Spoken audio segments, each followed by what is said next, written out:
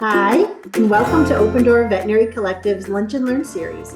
Quick drop-ins where we explore practical solutions that organizations are using to address barriers to accessing pet care and resources in their communities. So hi, everybody. I want to welcome you all here today, and thank you so much for taking the time to join us today. We know how busy you are. We are thrilled to have our first partnership webcast between the National Animal Care and Control Association, NACA, and Open Door. My name is Jerrica Owen. I am the Chief Executive Officer of the National Animal Care and Control Association. And at NACA, our mission is to support and elevate animal care and control professionals across the country. We do training, we offer resources, and through collaboration like this webinar today.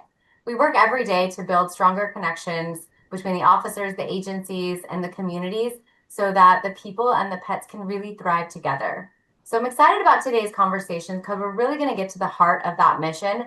We're going to be highlighting innovative field service solutions, specifically how things like offering transportation support can work to break down barriers to pet care. This is such a powerful example of how animal control and field services are not only about enforcement, but also about compassion, right? Equity and keeping families together. You're going to be hearing from the leaders in the field who are joining me today. We've got Dr. Christina Avila, who is the Animal Control Supervisor from the city of Paris, California, and Spencer Conover, who is currently the Assistant Director for Pasco County Animal Services in Pasco County, Florida.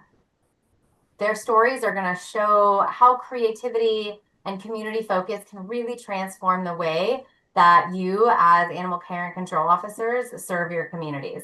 So I'm excited for this discussion. I hope you are too. And we hope that it inspires you to take away practical strategies that you can implement right away in your own communities.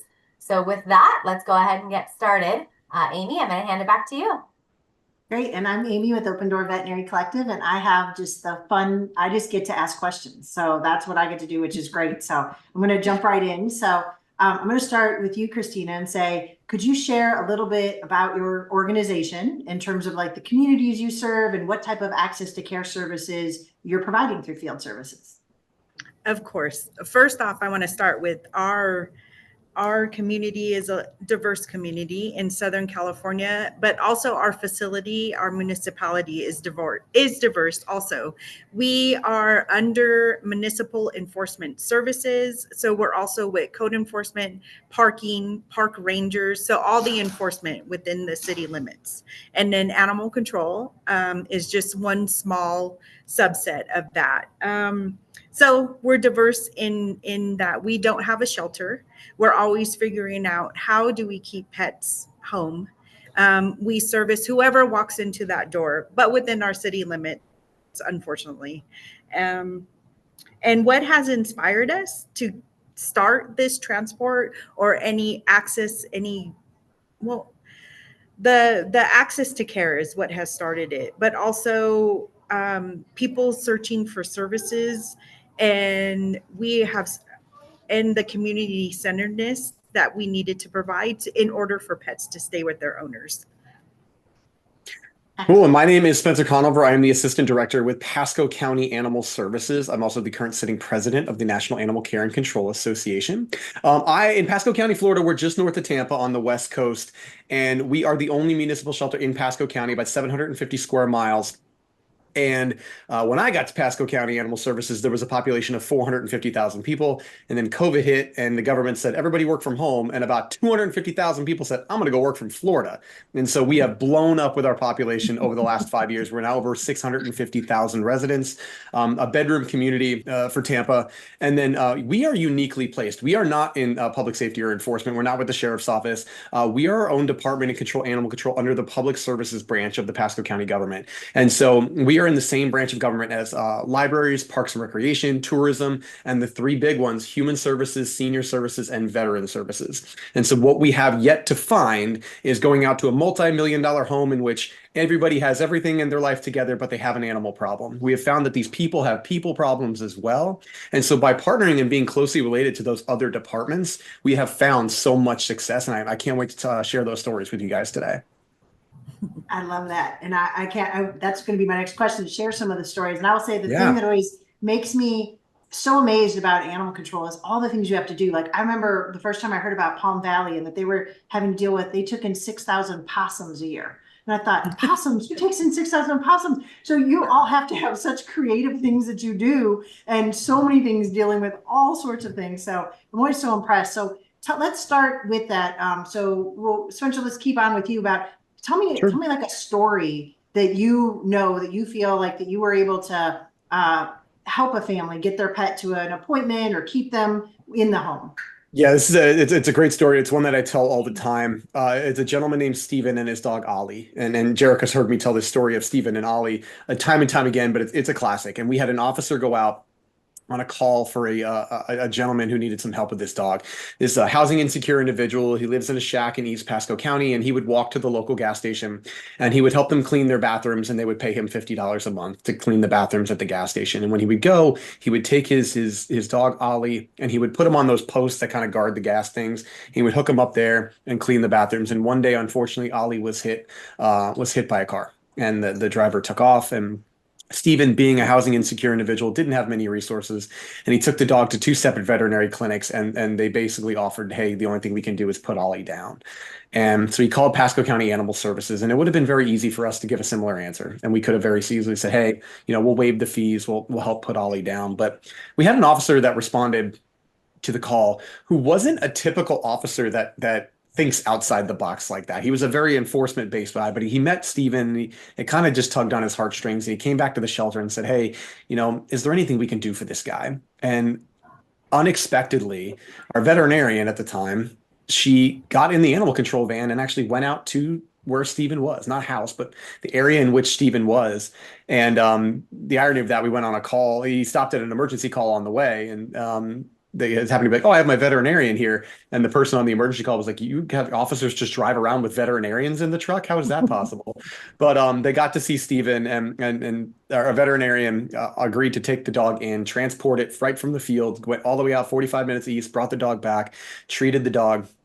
Stephen would try to find some help to get in, and we actually had volunteers that would drive Stephen in during the dog's recovery to visit with the dog. And then we held on to that dog. We did surgery for about 4.5 hours that day. It was a busted diaphragm, busted lung, injured pelvis. We were able to save Ollie's life, and after 30 days, we were able to drive that dog with that same officer and the veterinarian out to where Stephen was and get that dog back to him. And a story where it's not typical, it's not common, but going the extra mile and being able to provide that resource to the individual in the field and not just at the shelter was a really special moment for us. I love that so much. That is Yeah. such a great Thank story. you. Thank you. Yeah, that makes me very happy. These are the stories I love. So Christina, yeah, do you have anything similar that you found? I'm going to go quick. So we had Maria call the office. Her husband had a stroke, and he was the one that drove and could no longer transport the dogs to go get groomed. And on top of that, she spoke Spanish. So I have one Spanish speaking officer. We went to her house. We asked her, what could we offer? She didn't need food. She just didn't want the dogs to be ungroomed. So at a microchip clinic, we had met a groomer within the city. We reached out to her. We asked her, is this a possibility? If we transport the dogs to you, are you okay to groom them? And she said, absolutely. We got the dogs groomed. She only charged us $50 and went to finance and said, hey, I need the credit card, send us a bill. And we paid for that. And I know everybody thinks it's impossible within a municipality that we can't pay for things outside of what we usually pay for. But if you get your finance department on board with you, you can pay for those things. And so the dogs are groomed and they stayed home. We have a homeless lady, Barbara. She had been arrested several times. Kuma was her dog. That dog was not nice, very, very mean. The first time she stayed with us, she was just losing her mind. But over time, Barbara continued to get arrested. We kept Kuma. Kuma went back. So when Barbara finally found housing, she accepted housing. Who had to transport Kuma 3 cities over to where her housing was? We did. And so the county services, social services reached out to us, and we drove Kuma, and Barbara and Kuma are now housed. Another homeless individual, Clifford, came in. He was walking Wiley, who is a 12-year-old Mastiff mix. They were walking past another homeless encampment, and Clifford was bit and William was bit. So I called our, it's called CityNet, our outreach for the homeless. They got Clifford a ride to the hospital. Wiley stayed with us. We reached out to a veterinarian and asked, please, can you take care of Wiley? Can you please give us a deal? Because his lip was torn open and he's old. I should have shared the video. So Wiley got fixed. Clifford went to the hospital, and I told Clifford, you can't walk with Wiley anymore. He is too old. He can't walk the miles that you're walking. And so between the 5 of us, we went and found a wagon, and our staff took a video, screenshotted it, and sent it to all of us of Clifford pulling Wiley out of the office in the wagon.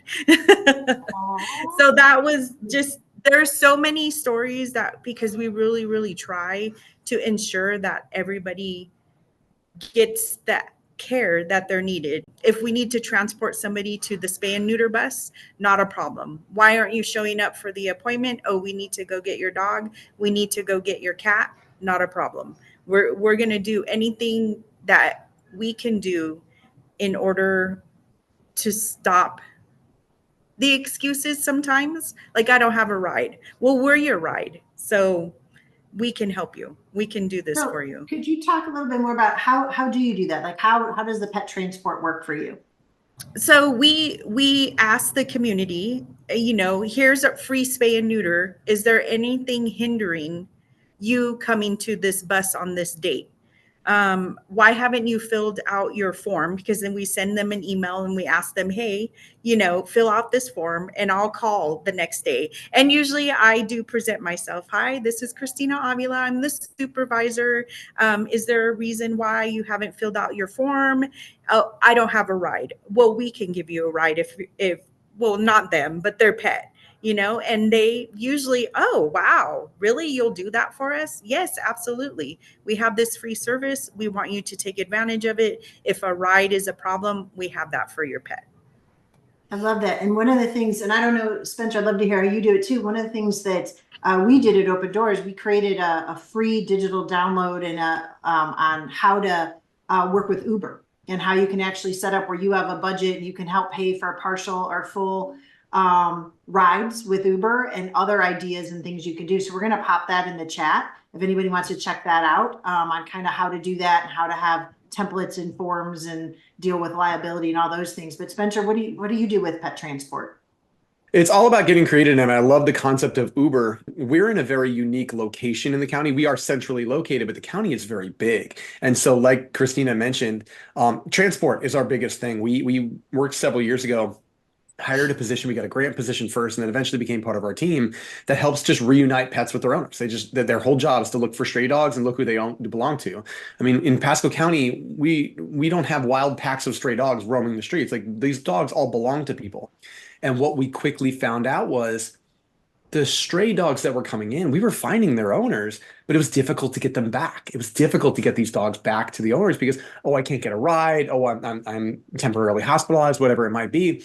And historically, we had used animal control officers to help us with that. They're in the field, and that's great. When that population for us spiked and we didn't get additional resources as far as staffing, our officers were bogged down with 20, 30 calls a day, and they couldn't do that. Let's turn to the next best thing, volunteers. And people will think I do presentations across the country. You can't have volunteers working in animal control. Absolutely, you can.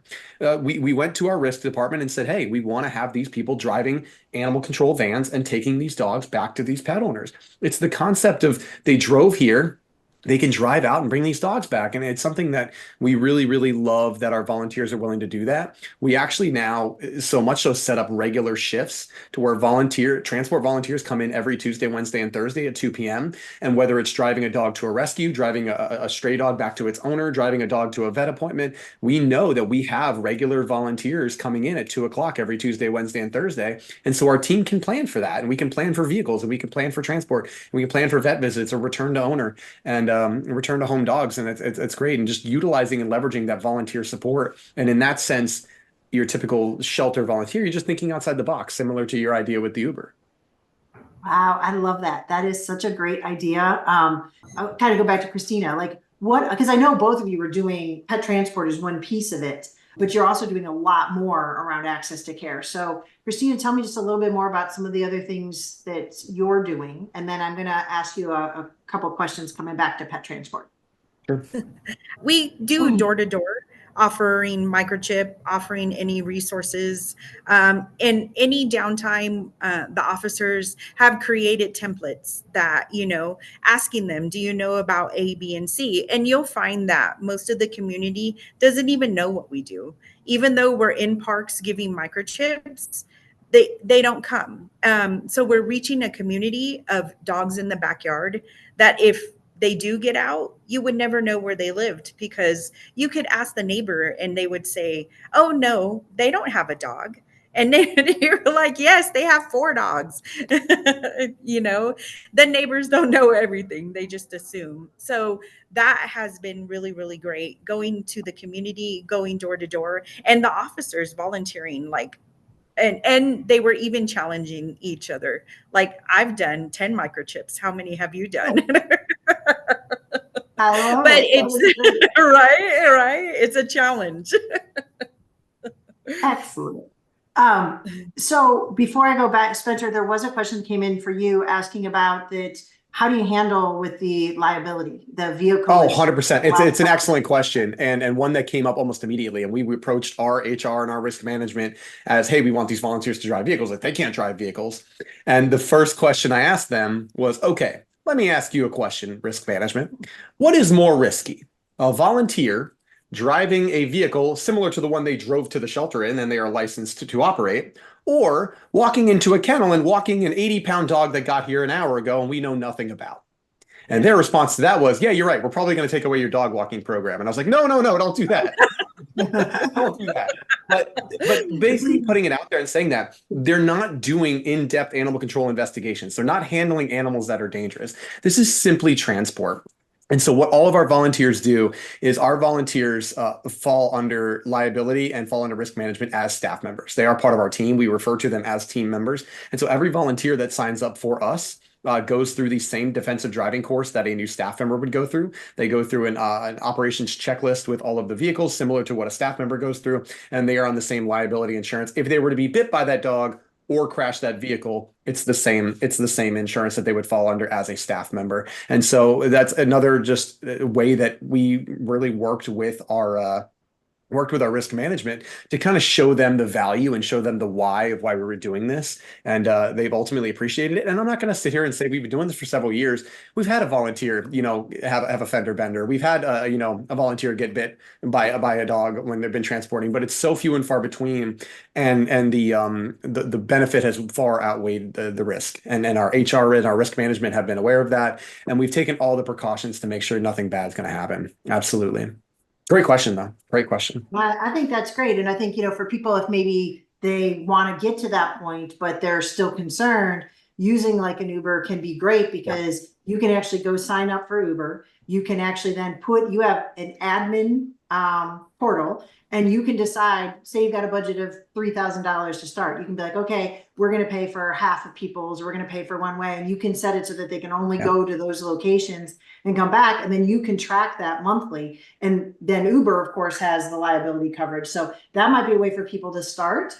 Try that. And then while you're showing the success of that, then you could always go start to add to be like, hey, now we're going to start using our volunteers too. So we have also gotten around it. If certain volunteers don't want to go through that process and don't want to be part of the Pasco County insurance and don't want to go through the defensive driving class, but they're willing to transport the animals in their vehicle, by all means. I don't want to put feral cats in my vehicle, but if you want to put them in yours, absolutely go for it. And we have just, once again, finding a way to get to yes, right? Not just a no, but a no, but we can do this kind of deal. Some people were asking about, so where do you find funding to do these types of projects, whether it's the pet transport or doing microchip or vaccine clinics? How are you doing that as animal services when we know budgets are so tight? Do you want to take that, Christina? Yeah, thank you, Spencer. Mm-hmm. So these were all grants. And then the thing that Spencer said, you showed the benefit. Mhm. The benefit of it, and that's what I did. I said, this is what we're doing. The grants are not coming this year. We need to increase our budget to continue doing what we're doing, because the city manager said, oh wow, you're really in the community, we need to stay there, and we're offering something that's beneficial. And we started all of these things so that our contract with another shelter was less. So it was a cost reduction. You just really need to show the benefits. And once you can do that, everybody's on board. For us, we started off with grants, but quickly absorbed many of these programs into our general operating budget. And what we found was we were saving money in other areas because we were operating this way. And it was very, very apparent. Somebody comes to us and says, "Hey, my dog, it broke its leg and I can't afford it." And we take that dog in as an owner surrender. What's the first thing we're going to do? We're going to fix the dog's leg. So why wouldn't we just fix the dog's leg and give it back to him? That's the same money that's coming out of operations, right? We get a call from a woman whose dogs get out once and then twice and then 3 times and then 4 times. And you realize it's because it's not neutered. Well, just neuter them, and then you don't have to go a 5th time and a 6th time and a 7th time and an 8th time to this woman's house. And so we quickly just, individual and circumstantial, but we quickly just started to absorb these extra funds into our operations because we were saving money elsewhere. Dogs are getting returned to their owners faster, which means length of stay goes down, which means we're not spending money on, doxycycline and Clavamox for sick dogs in our shelter. And it really ultimately for us, yeah, we got a little bit of grant money in the beginning, but we haven't gotten that grant money since 2020, and we're still operating the same programs within our operating budget. And so it's just really absorbing it within your budget and figuring out where you're going to save money elsewhere has been really beneficial for us. Well, it sounds like that's actually helped change your role, the way you're perceived in the community as well. So Yes. have you found that has helped kind of your relationships and how the public and community views you? Yeah, significantly so. I know prior to my time at Pasco County Animal Services, our organization was very much viewed as the government shelter. We were the pound, right? I'll never forget. I went to the grocery store when I first started, and I had the logo shirt on, and the kid behind the counter was like, "Oh, you work for the pound? That sucks." And I'm like, "Oh, that's weird. I didn't like that." Kyle, can I have my sandwich, please? But we since being progressive and the shelter has now become a safe place for animals, and it's become a place where people can go for help, right? And the organization, an animal control officer comes into a neighborhood, and it's not a scary thing anymore. It's somewhere where an animal control officer is going to provide resources and going to provide help, ultimately turns the culture of the community about the organization. And now, like many other agencies around the country, when something happens online, like, "Oh, don't take that animal to Pasco County Animal Services, they're just going to kill it," we don't have to defend that. The advocates and the volunteers and the rescues in the comments of that post will defend it for us because they know about our culture. They know about what we're going to do for people, and ultimately has kind of changed that opinion of our organization. And now we have the support from the community, which ultimately long-term helps in the budget and grants and everything else. I love that. So what programs are you either hoping to start in the future or looking to do? Are there more you want to add? And let's go to Christina for that one. Sorry. I'm always thinking of what more can we do. I have one if you want me to jump on it. What? No, I know for us, data is king, right? Data is king. And we started to do many years ago a vaccine and microchip clinic at our organization.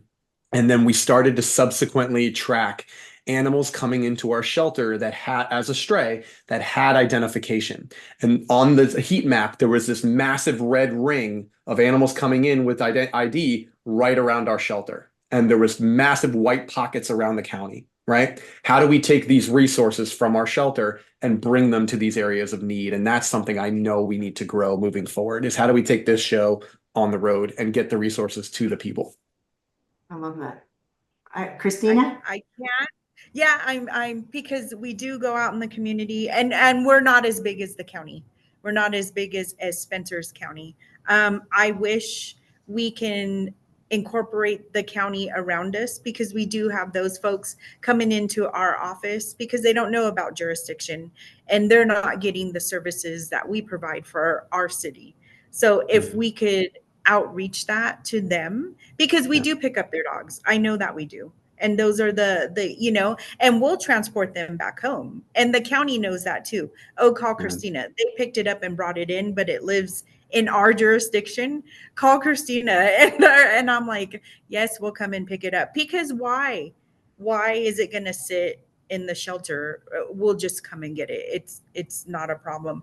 So I'm always thinking of creative ways to ensure our community is taken care of.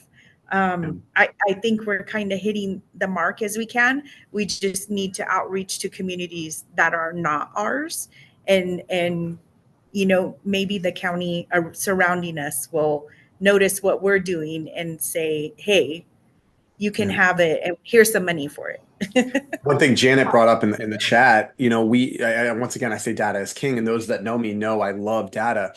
We've seen a 46% increase in sick and injured animals coming into the shelter this year, which is massive for a 1-year span.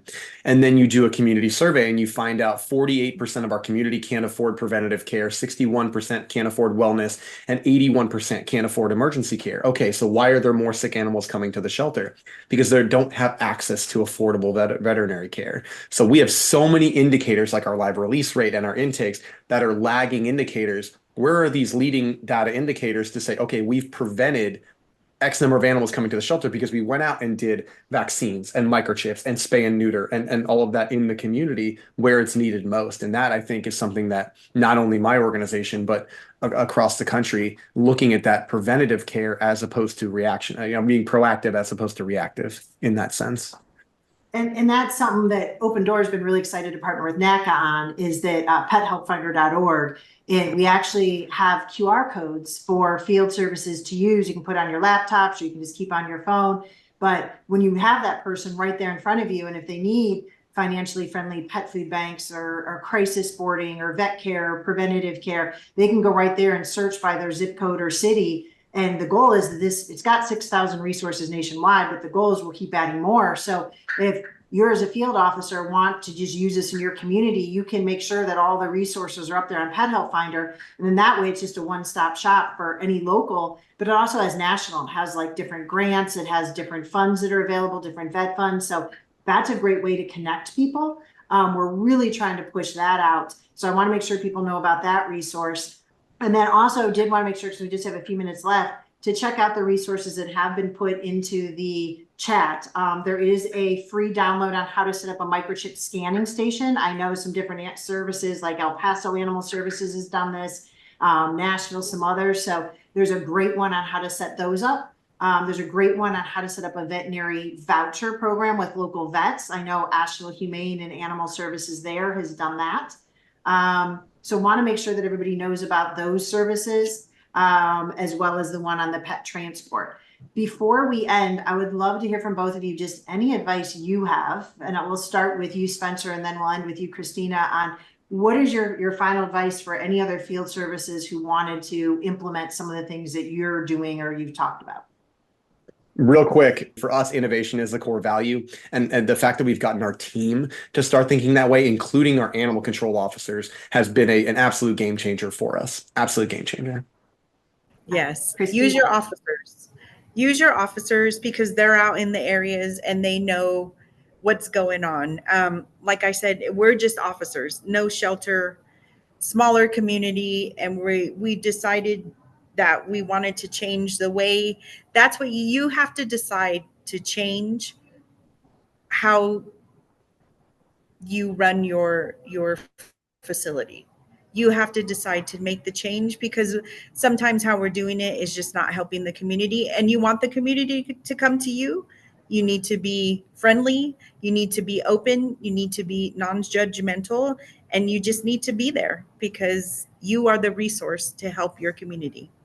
Man, I feel like I want to talk to you both for like another hour. So Let's do it. I did want to, so I want to mention there is also a NACA self-paced course that you can take on Maddie's University. That's also in the chat. And I just want to thank you, Christina, Spencer, Jerrica, so much for joining us today. We are going to continue this conversation. So we're going to answer any questions we didn't get to on Maddie's Pet Forum, and we'll continue some conversation there. But we may need to do this again. So I appreciate you all joining us today. And please, we'll see you next time. We'll be doing some more of these in the future. So check the Maddie's Fund website. Thank Bye, you. everyone.